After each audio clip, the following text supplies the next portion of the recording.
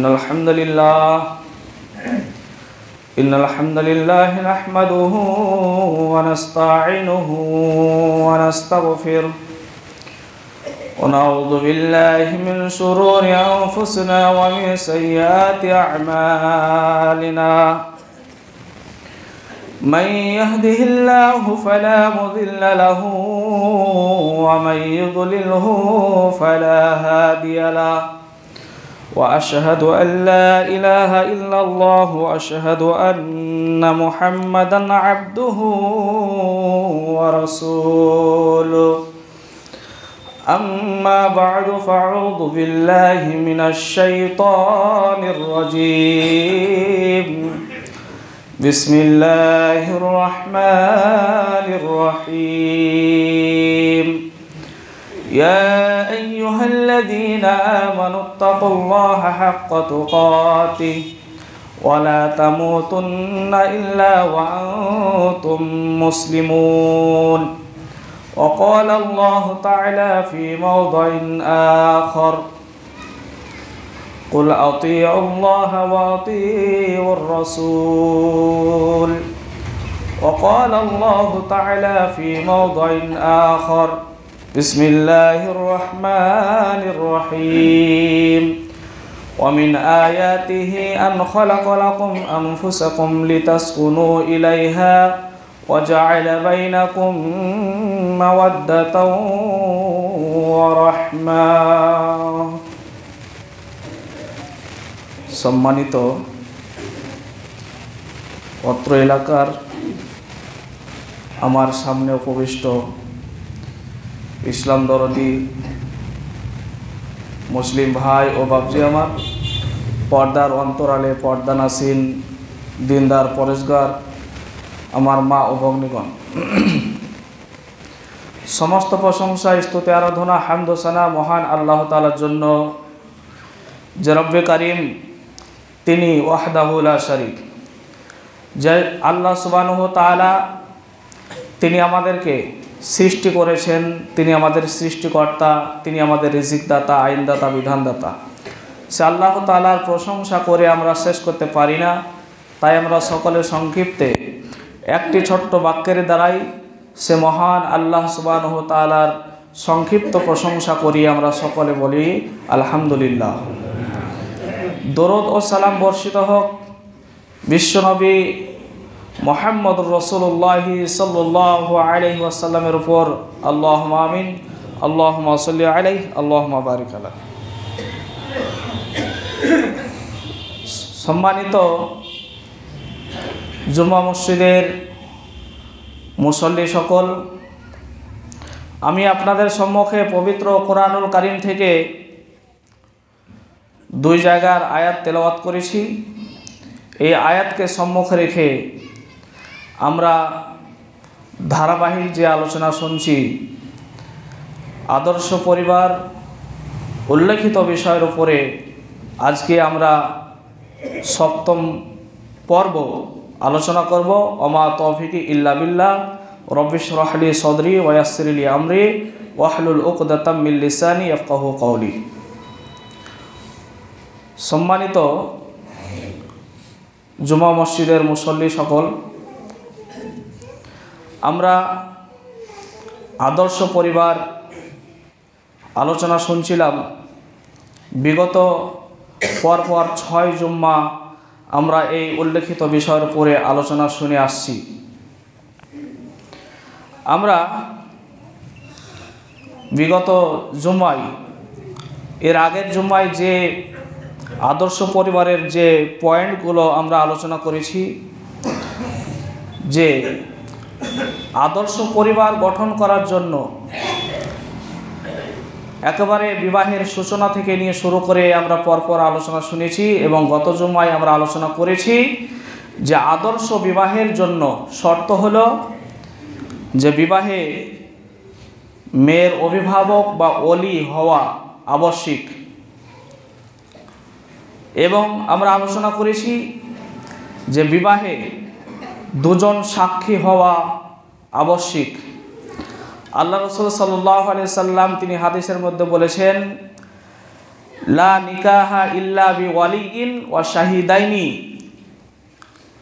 সেই বিবাহ নয়, সে বিবাহকে বিবাহ বলা যায় না যে বিবাহে ওলি অর্থাৎ অভিভাবক থাকে না, ওয়া শাহিদাইনি এবং দুজন সাক্ষী থাকে না, সে বিবাহকে বিবাহ বলা যায় না। আল্লাহ রাসূল সাল্লাল্লাহু আলাইহি সাল্লাম অন্যত্রে 3 বার এই ভাষা প্রয়োগ করেছেন যে ফানিকাহুহা বাতিলুন বাতিলুন বাতিলুন, যে বিবাহে ওলি থাকে না, যে বিবাহে মেয়ের গার্জেন থাকে না, সে বিবাহ আল্লাহ রাসূল সাল্লাল্লাহু আলাইহি সাল্লাম 3 বার এই ভাষা প্রয়োগ করলেন যে ফানিকাহুহা বাতিলুন বাতিলুন বাতিলুন, সে বিবাহ বাতিল, সে বিবাহ বাতিল, সে বিবাহ বাতিল। তাহলে আজকে একটা মেয়ে যদি নিজে নিজে পালিয়ে যায় অমুক গ্রামের অমুক ছেলের সঙ্গে, আর তারা গিয়ে কি করছে, কোর্টে গিয়ে বলছে আমার বয়স 18 বছর হয়ে গেছে, আমি এখন নিজের বিচার নিজের ইচ্ছা নিজেই বাছাই করতে পারি, আমার বয়স 18+ হয়ে গেছে। সে কাজী রেজিস্ট্রি অফিসে গিয়ে নিজে বিয়ে করছে, আর তার পিতাকে কিছু জানায়নি, তার পিতাকে না জানিয়ে, তার ওলিকে না জানিয়ে সে মেয়েটা ম্যারেজ রেজিস্ট্রি অফিসে গিয়ে সে বিবাহ করে নিচ্ছে অন্য একটা ছেলের সঙ্গে, কিন্তু সেখানে তার ওলি নাই। আর এখানে আরেকটা কথা আমাদেরকে জেনে রাখতে হবে, যদি কোনো মেয়ের ওলি বেঁচে থাকে, যদি কোনো মেয়ের পিতা বেঁচে থাকে, তার পিতা বেঁচে থাকাকালীন তার অন্য কেউ ওলি হতে পারবে না, তার মামা ওলি হতে পারবে না, তার চাচা ওলি হতে পারবে না, তার খালু ওলি হতে পারবে না। তার পিতা যদি বেঁচে থাকে তার পিতাকেই ওলি হতে হবে। এমনও খবর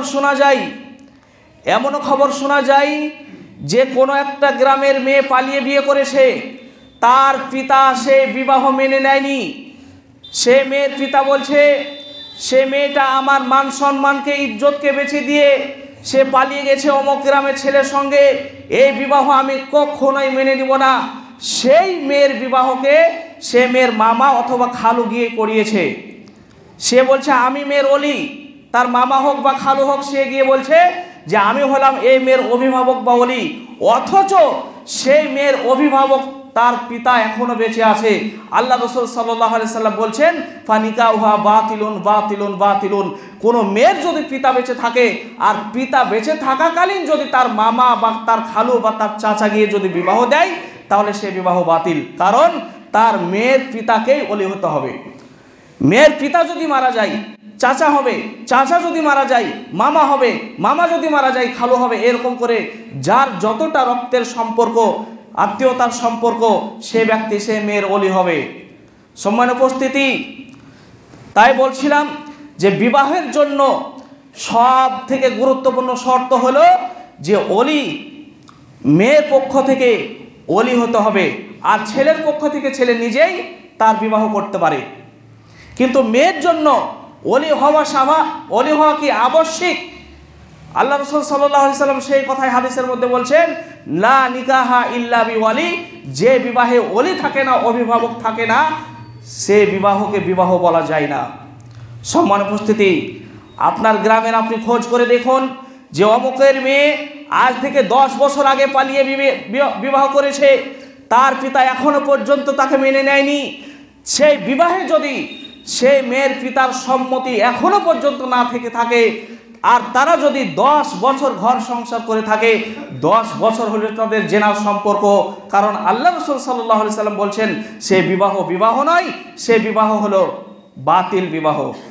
সম্মানিত উপস্থিতি, আমাদের ঘরের মেয়েরা যখন পালিয়ে বিবাহ করে, একা একা বিবাহ করে, তখন আমরা রাগের মাথায় আমাদের মেয়ের পিতারা বলে থাকে এই মেয়েকে ঘরে আনবো না, তাকে যদি দেখতে পাই পিস পিস করে কেটে কি করব, গঙ্গার জলে ভাসিয়ে দেব। রাগের মাথায় এমন কথা বলে থাকে, সেই বিবাহকে সে মেয়ের পিতা মেনে নেয় না।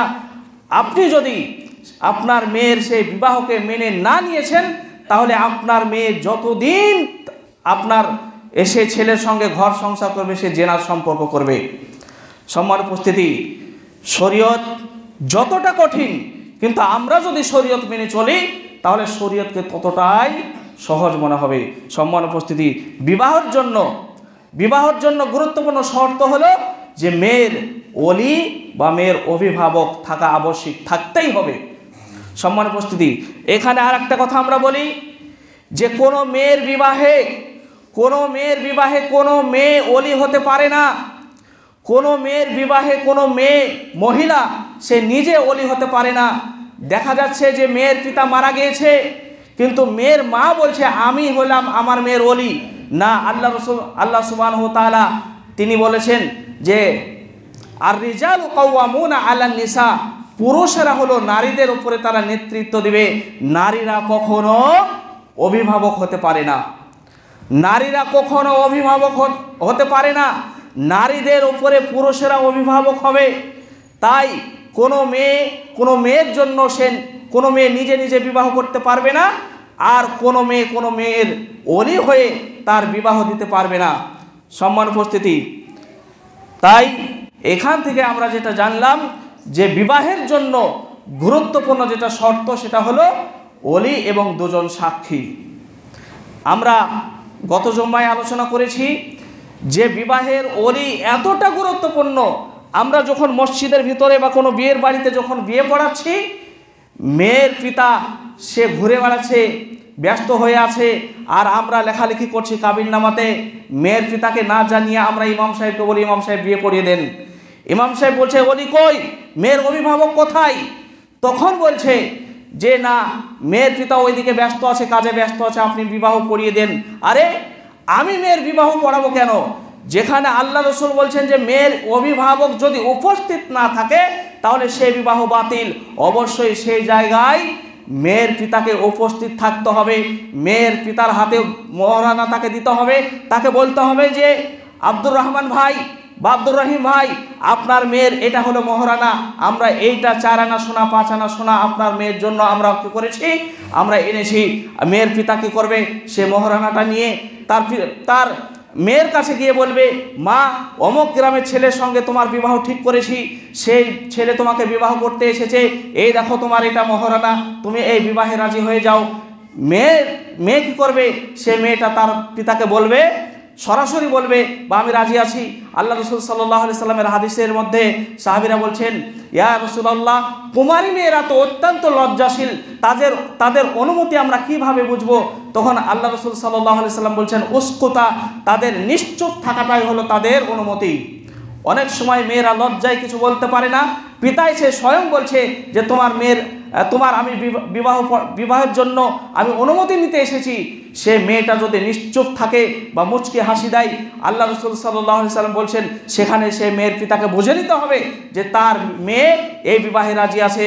সে মেয়ে এসে ভরা মজলিসে ইমাম সাহেবকে বলবে আমি আমার মেয়ের অনুমতি নিয়ে এসেছি, আপনি এবার বিয়েটা পড়িয়ে দেন। এখানে আর একটা কথা আমরা আলোচনা করেছি যে ইমাম সাহেব খুতবা পড়ার পরে সেই জামাইকে বা সে বরকে 3 বার কবুল বলাতে হবে যে অমুকের মেয়ে অমুক এত টাকা মোহরে তোমার সঙ্গে বিবাহে রাজি আছে, তুমি এই বিবাহ কবুল করো বা তাকে স্ত্রী রূপে কবুল করো। এই কথাটা যদি মেয়ের পিতা নিজে বলে তো এটা সব থেকে ভালো হবে। মেয়ের পিতা যদি এই কথা না বলতে পারে তাহলে ইমাম সাহেবকে দিয়ে বলাবে বা যে মাওলানা সাহেব বিয়ে পড়াবে তাকে দিয়ে বলাবে। সম্মান উপস্থিতি, তাহলে আমরা যে কথা আলোচনা করলাম বা যেটা আমাদেরকে জেনে রাখতে হবে যে বিয়েতে যেটা আবশ্যিক সেটা হলো ওলি থাকা অবশ্যই জরুরি এবং ওলি থাকতেই হবে, মেয়ের অভিভাবককে থাকতেই হবে। অভিভাবক ছাড়া, ওলি ছাড়া কোনো বিয়ে হালাল হয় না। সম্মান উপস্থিতি, এবার আসুন বিয়ের জন্য আমাদেরকে বন্দোবস্ত করতে হবে। আল্লাহ রাসূল সাল্লাল্লাহু আলাইহি সাল্লাম বলছেন ইলানুন নিকাহ, তোমরা বিবাহকে তোমরা প্রচার করো। তুমি যে অমুক গ্রামের একটা মেয়ের সঙ্গে বা ছেলের সঙ্গে তোমার বিবাহ হবে, তুমি সেই বিবাহকে প্রচার করো। তুমি তোমার সমাজ আছে, সমাজকে জানিয়ে তুমি বলো। মেয়ের পিতাকে বলতে হবে আমার মেয়ের অমুক গ্রামে অমুক ছেলের সঙ্গে বা অমুক জায়গায় বিয়ে হয়েছে, আমার মেয়ের অমুক তারিখে বিয়ে দিতে যাচ্ছি। সমাজের যারা মোরাল মেম্বার আছে তাদের অনুমতি দিতে হবে। কোনো মেয়ের পিতা এটা সে পারবে না যে চুপি চুপি ঘরের কোণে বসে সে তার মেয়েকে বিবাহ পড়িয়ে দিবে, এটা শরীয়তে একেবারে হারাম। কারণ বিবাহে প্রকাশ্যে হতে হবে। আল্লাহ রাসূল সাল্লাল্লাহু আলাইহি সাল্লাম বলছেন ইলানুন নিকাহ, তোমরা বিবাহকে প্রচার করো, মানুষকে জানিয়ে বিবাহ করো। আল্লাহ রসুল সাল্লাল্লাহু আলাইহি সাল্লাম অন্য হাদিসের মধ্যে বলছেন যে জেনা হলো গোপনীয় বিষয়, জেনা হলো গোপনীয় বিষয়, জেনা হলো গোপনীয় বিষয়, কিন্তু বিবাহ হলো এটা মানুষকে প্রকাশ করতে হবে, প্রকাশ্যে জানাতে হবে। সম্মানিত উপস্থিতি, এবার আসুন যে বিবাহের জন্য আমাদের যখন আমাদের বরযাত্রী আসে বা বিবাহ পক্ষ আসে, সে সময় দেখা যায় যে আমাদের বাড়িতে কিছু হিন্দুদের কিছু কুসংস্কার দেখা যায়। কেমন? যেমন গেট ঘাড়া, সেখানে নগ্ন হয়ে সে মেয়েরা কী করবে, সে নতুন জামাইয়ের গলায় মালা পরাবে, তার কাছ থেকে কিছু টাকা আদায় করবে, সেখানে কিছু শরবত রেখেছে, বিভিন্ন শরবত রাখার পরে কিছুটাই ঝাল দিয়েছে বা লবণ দিয়েছে, এরকম করে তাকে ঠকিয়ে সে কী করবে, সে জামাইয়ের সঙ্গে হাসি মস্করা করবে, আর কি ঠাট্টা করবে। এটা ইসলামে একেবারে নাজায়েজ এবং হারাম। বেহায়ার মতো কেন আপনার এই যুবতী মেয়েটা সে কেন একটা পরপুরুষের গলায় কেন সে মালা পরাতে যাচ্ছে? এটা কি লজ্জা হয় না? এটা তো দেখে লজ্জা লাগে, বড় লজ্জার বিষয়। সেখানে এত মানুষের আনাগোনা, আর সেই জায়গায় গেট ঘিরে সেই জায়গায় একটা পরপুরুষের গায়ে তার গলায় একটা মালা পরিয়ে দিচ্ছে আপনার এই 17 বছর 18 বছরের এই যুবতী মেয়েটা, আর আপনি বলছেন যে আমি আহলে হাদিস, আমি 5 ওয়াক্ত নামাজ পড়ি না। এটা লজ্জা করা দরকার। এইটা আমাদেরকে কি করতে হবে? বন্ধ করতে হবে। এটা শরীয়তে একেবারে নাজায়েজ এবং অবৈধ। আপনাকে আমি বলতে এসেছি যে আপনি কি করে আপনার আদর্শ পরিবার করবেন। আদর্শ পরিবার করার জন্য আপনি যদি এগুলোকে বন্ধ না করতে পারেন, তাহলে আপনি আপনার পরিবারকে কখনোই আদর্শবান করতে পারেন না। এগুলো এই বেহায়াপনা যদি আপনি এই বিবাহের মধ্যে যদি আপনি রেখে দেন, তাহলে আপনার পরিবার, আপনার এই বিবাহ কখনোই আদর্শ হবে না, কখনোই আল্লাহ রসুলের তরিকায় হবে না। সম্মান উপস্থিতি, তাহলে বিবাহের মধ্যে আরও অশ্লীলতা আছে। বিবাহের মাধ্যমে আগে দেখা যেত যে ডিজে গান বাজতো সারা রাত ধরে। যারা নানি সম্পর্কে যারা মহিলা আছে, বয়স্ক মহিলা, তারা সারা রাত ধরে হলুদ মাখাবে আর কি গীত গাইবে। আর এই সে গীতের ভিতরে এত এত অশ্লীল ভাষা আছে যেটা বলতে লজ্জা করে। সেগুলো এখন অনেকটা আমাদের পরিবেশ থেকে উঠে গেছে।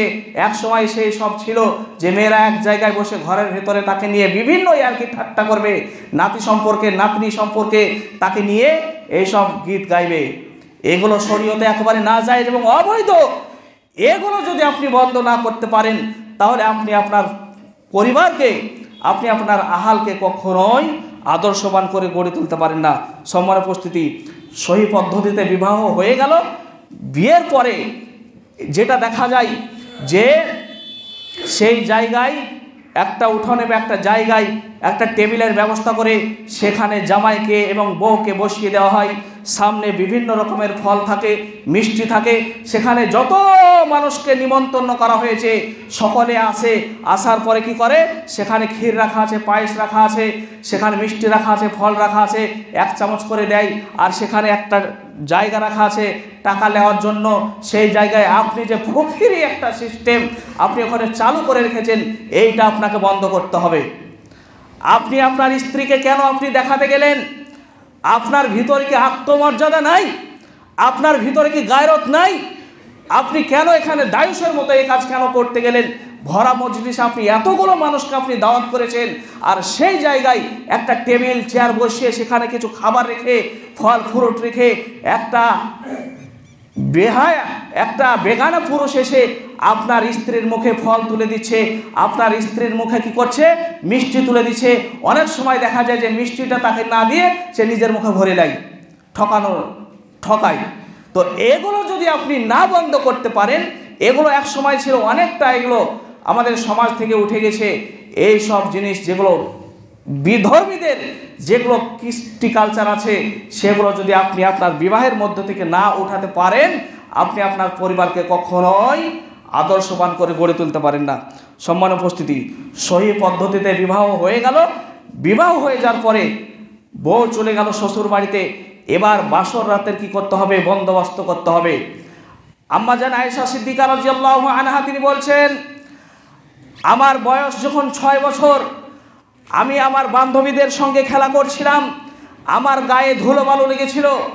এমন সময় আমার মা এসে আমাকে ডাক দিলেন, আয়েশা তুমি কোথায় আছো? আমি আমার বান্ধবীদের সঙ্গে আমি খেলা করছিলাম, আমার গায়ে ধুলোবালি লেগেছিল। আমি কি করলাম, আমি দৌড়ে গিয়ে আমার মায়ের কাছে গেলাম।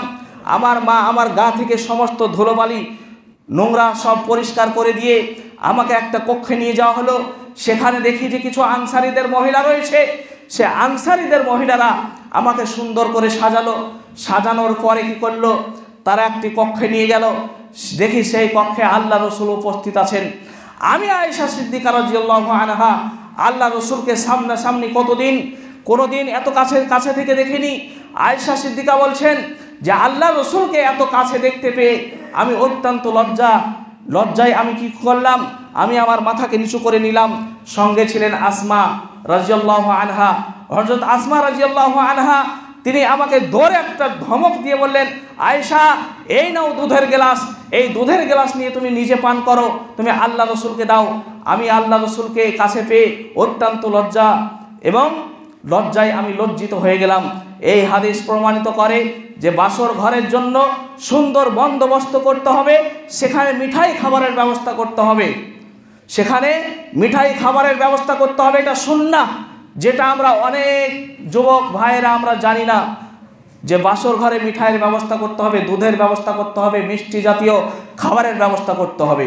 সম্মানিত উপস্থিতি, বাসর রাতে নতুন বউকে নিয়ে 2 রাকাত নফল সালাত আদায় করতে হবে, এটা আল্লাহ রাসূলের সুন্নাহ। সালাত দিয়ে আমাদের নতুন জীবন শুরু করতে হবে। সালাত আদায় করার জন্য আপনি কি করবেন, আপনি নিজে ইমামতি করবেন, আপনার স্ত্রী আপনার পেছনে দাঁড়াবে, আপনি সেই 2 রাকাত নফল সালাতের আপনি ইমামতি করবেন। 2 রাকাত নফল সালাত হয়ে গেল, তারপরে আপনার নতুন স্ত্রীর সঙ্গে আপনি কিছু কথাবার্তা বলবেন। তারপরে তার সামনের এই চুল ধরে, সামনেকার এই কয়েকটা চুল ধরে আল্লাহ রাসূল সাল্লাল্লাহু আলাইহি ওয়াসাল্লাম যেই দোয়া আমাদেরকে শিখিয়েছেন সেই দোয়া পাঠ করবেন। আল্লাহ রাসূল সাল্লাল্লাহু আলাইহি ওয়াসাল্লাম বলেছেন, যখন তোমাদের মধ্যে কোনো ব্যক্তি তারা বিবাহ করবে, নতুন স্ত্রী পাবে অথবা কোনো নতুন দাসী কিনবে, সেই যেন এই দোয়া পাঠ করে। দোয়াটা কি? আল্লাহুম্মা ইন্নী আসআলুকা খায়রাহা ওয়া খায়রা মা জাবালতাহা আলাইহি ওয়া আউযু বিকা মিন শাররিহা ওয়া শাররি মা জাবালতাহা আলাইহি। আল্লাহ রাসূল সাল্লাল্লাহু আলাইহি সাল্লাম বলছেন, বাসর ঘরে ঢুকে স্ত্রীর সামনের এই কয়েকটা এই চুল ধরে তোমরা এই দোয়া পাঠ করবে, আল্লাহুম্মা ইন্নী আসআলুকা খায়রাহা, হে আল্লাহ আমি তোমার কাছে এর মধ্যে যে মঙ্গল জিনিস আছে এই মঙ্গল জিনিস আমি কি করছি, তোমার কাছে চাইছি।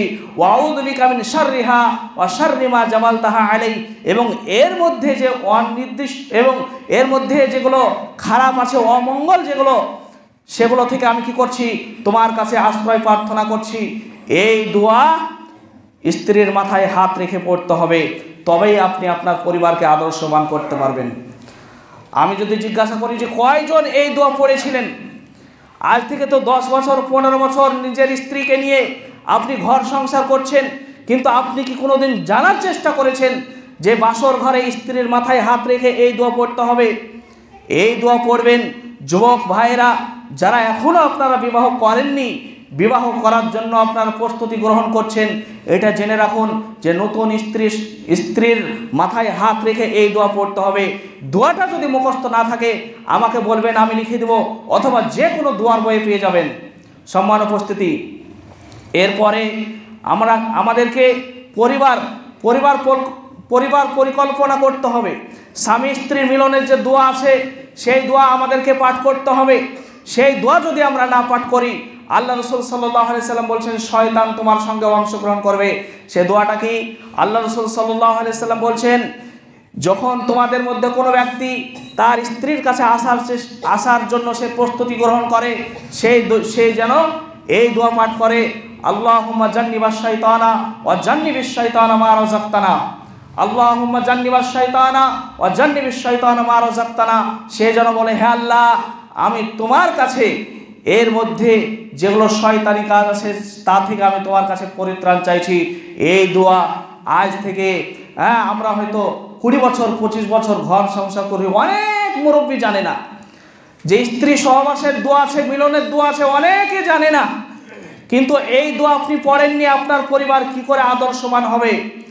এই দোয়া আপনাকে পাঠ করতে হবে। আর এটা আমরা অনেকেই জেনে রেখেছি যে এটা শুধু বাসর ঘরে প্রথমবারে এই দোয়া পাঠ করতে হবে না, যতবার আপনি আপনার স্ত্রীর সঙ্গে আপনি মিলন করবেন ততবার এই দোয়া পাঠ করবেন, যতবার করবেন ততবার এই দোয়া আপনাকে প্রথমে পাঠ করতে হবে। আপনি হয়তো ভাবছেন যে ছি মৌলভী সাহেব সব কি কথা গাইছে।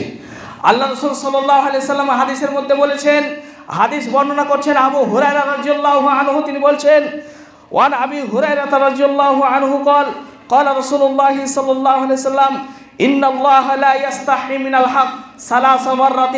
আল্লাহ রাসূল সাল্লাল্লাহু আলাইহি সাল্লাম বলছেন, নিশ্চয় আল্লাহ হক বলতে কখনোই লজ্জা করেন না। আর এগুলো আমি আপনাকে হাদিসের অনুবাদ করে শোনাচ্ছি, আমি কি আপনার নিজে থেকে কোনো কথা বলছি? আল্লাহ রাসূল যেই ভাষা হাদিসে প্রয়োগ করেছেন সেই ভাষার আমি আপনাকে অনুবাদ করে শোনাচ্ছি।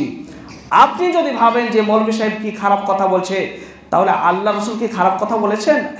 আস্তাগফিরুল্লাহ। আল্লাহ রাসূল আমাদের থেকে তিনি বেশি লজ্জাশীল, তিনি এত বেশি লজ্জা করতেন, অথচ আল্লাহ রাসূল সাল্লাল্লাহু আলাইহি সাল্লাম এই কথাগুলো আমাদেরকে শিখিয়ে গেছেন।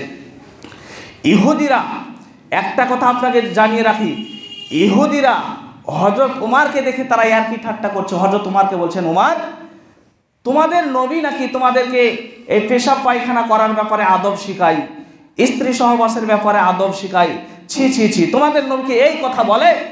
হযরত উমর রাদিয়াল্লাহু আনহু তিনি বলছেন যে হ্যাঁ, আমাদের নবী এই কথা আমাদেরকে শিক্ষা দেয় বলে আজকে আমরা উচ্চ জাতি, আমাদের নবী এই কথা আমাদেরকে বলে দেয় বলে আজকে আমরা সম্মানিত।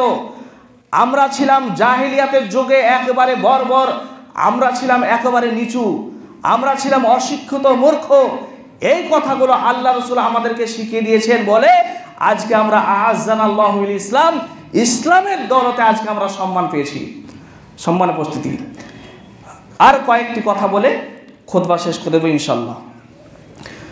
সম্মান উপস্থিতি, যেই কথা বলছিলাম যে যখন মিলন করবেন, মিলনের পূর্বে এই দোয়া পাঠ করতে হবে, আল্লাহুম্মা জান্নিবাশ শাইতানা ওয়া জান্নিবিশ শাইতানা মা রাযাকতানা।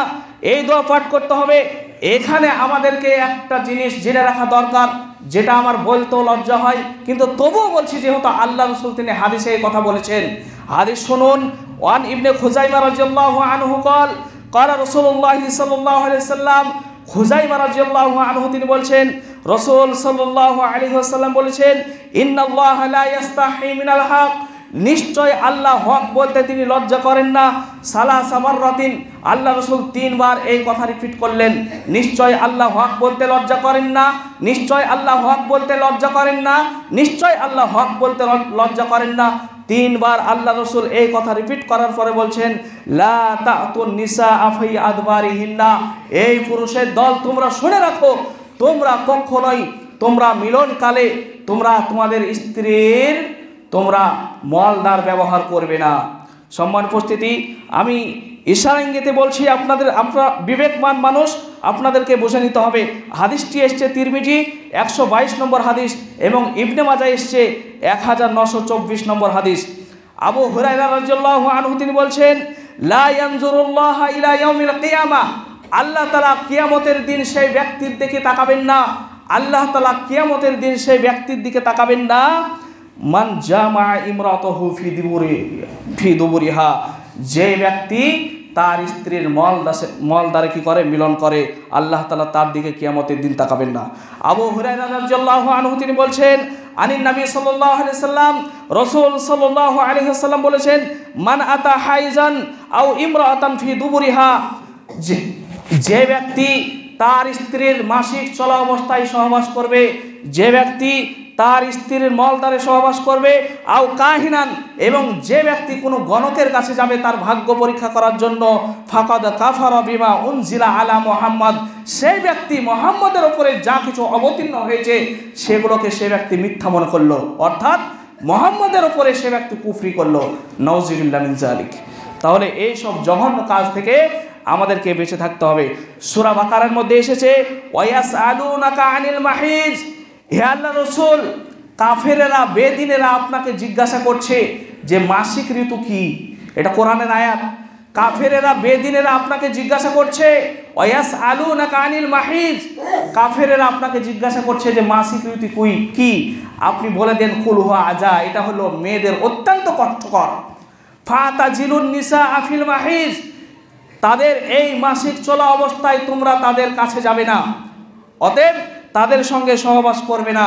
তারপরে আল্লাহ রাসূল সাল্লাল্লাহু আলাইহি ওয়াসাল্লাম বলছেন, আল্লাহ সুবহানাহু ওয়া তাআলা বলছেন হাত্তা ইয়াতহুরনা, যতক্ষণ না পর্যন্ত তোমার স্ত্রী সে মাসিক থেকে পবিত্র না হবে। ফাইদা তাতাহহারনা, যখন তোমার স্ত্রী সে মাসিক থেকে পবিত্র হবে, ফাতুহুন্না, তখন কি করো, তোমরা তোমাদের স্ত্রীর নিকটে গমন করো, বিমা আমারাকুমুল্লাহ, যেভাবে আল্লাহ তোমাদেরকে নির্দেশ দিয়েছেন। ইন্নাল্লাহা ইউহিব্বুত তাওয়াবিনা ওয়া ইউহিব্বুল মুতাতাহহিরিন, নিশ্চয় আল্লাহ তিনি পবিত্র এবং তিনি পবিত্রকে ভালোবাসেন। সম্মানিত উপস্থিতি, এই হলো বাসর রাতের বা বাসর ঘরের কিছু আদব আল্লাহ রাসূল সাল্লাল্লাহু আলাইহি সাল্লাম যেগুলো আমাদেরকে শিখিয়ে দিয়েছেন। সম্মানিত উপস্থিতি, খুতবার সময় শেষ, আলোচনা আবারও আমরা পরবর্তী করব আদর্শ পরিবারের ইনশাআল্লাহ। আল্লাহ তাআলা যেন আমাদেরকে সঠিকভাবে আদর্শ পরিবার গঠন করার তৌফিক দান করেন, আল্লাহুম্মা আমিন। আল্লাহ তাআলা যেন আমাদের প্রত্যেককে, আমাদের পরিবারকে আদর্শবান এবং আমাদের সমাজকে আদর্শবান সমাজ করে গড়ে তোলার তৌফিক দান করেন, আল্লাহুম্মা আমিন। আমাদের ছেলে এবং মেয়েরা তারা যেন আদর্শবান হয়ে গড়ে ওঠে, আল্লাহ যেন সেই তৌফিক দান করেন, আল্লাহুম্মা আমিন। আমরা দুনিয়াতে যতদিন বেঁচে থাকব, আমরা যেন সহিহ হাদিস এবং কোরআন মেনে আমরা কি করি, আমাদের জীবনকে অতিবাহিত করতে পারি, সেই তৌফিক দান করেন, আল্লাহুম্মা আমিন। আমাদের আত্মীয় স্বজন যারা বিষাণগত হয়ে আছে, আল্লাহ যেন তাদেরকে সুস্থ করে দেন, আল্লাহুম্মা আমিন। আমাদের আত্মীয় স্বজন যারা কবরে চলে গেছে, তাদের কবরে যদি কোনো বালা মুসিবত হয়ে থাকে, তাদের কবরকে যেন আল্লাহ তাআলা জান্নাতুল ফেরদাউস নসিব করেন, আল্লাহুম্মা আমিন। আল্লাহ তুমি আমাদের সকল আশা, সকল আকাঙ্ক্ষা, সকল দোয়া আল্লাহ তুমি মঞ্জুর করে নাও, আল্লাহুম্মা আমিন। ওয়া মা আলাইনা ইল্লাল বালাগ। আল্লাহুম্মা সাল্লি আলা মুহাম্মাদি ওয়া আলা আলি মুহাম্মাদ কামা সাল্লাইতা আলা ইব্রাহিম ওয়া আলা আলি ইব্রাহিম ইন্নাকা হামিদুম মাজিদ। আল্লাহুম্মা বারিক আলা মুহাম্মাদি ওয়া আলা আলি মুহাম্মাদ কামা বারাকতা আলা ইব্রাহিম ওয়া আলা আলি ইব্রাহিম ইন্নাকা হামিদুম মাজিদ। সুবহানা রাব্বিকা রাব্বিল ইজ্জাতি আম্মা ইয়াসিফুন ওয়া সালামুন আলাল মুরসালিন আলহামদুলিল্লাহি রাব্বিল আলামিন।